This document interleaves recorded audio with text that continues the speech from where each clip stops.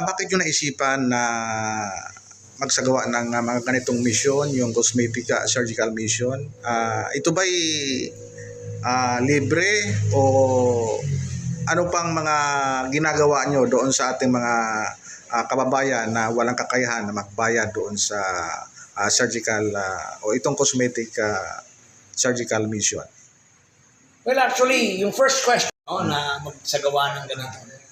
So, well, we are thinking our society, the Philippine Academy of Aesthetic Surgeries, especially the training management group, na how can we give back to the community? No? Siyempre, we as cosmetic surgeons, we want to, how can we, using our specialty, which is cosmetic surgery, yung pagpapaganda. No? We don't do naman yung reconstructive eh. Yung reconstructive meaning yung mga cleft palate, we don't do that. Panay enhancement lang kami. No? So how can we do that? So naisip po namin na why would we do the mission na libre? Blepharoplasty sa matatanda, may mga edad, di matatanda.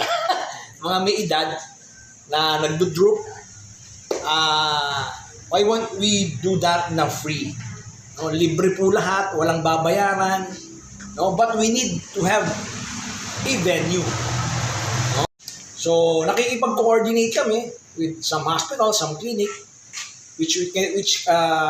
who can sponsor the venue only. No, yung lugar.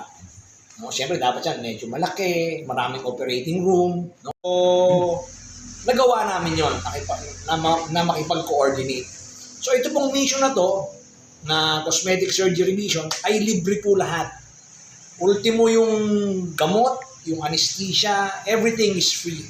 Pati po yung food ng mga pasyente na nag-aantay. Meron po kami dyan. Food po ng staff ng hospital. We started with Hospital ng Parañaque in 2016, no, 2017. So that's 10 years ago. No? We started with less than 10 patients.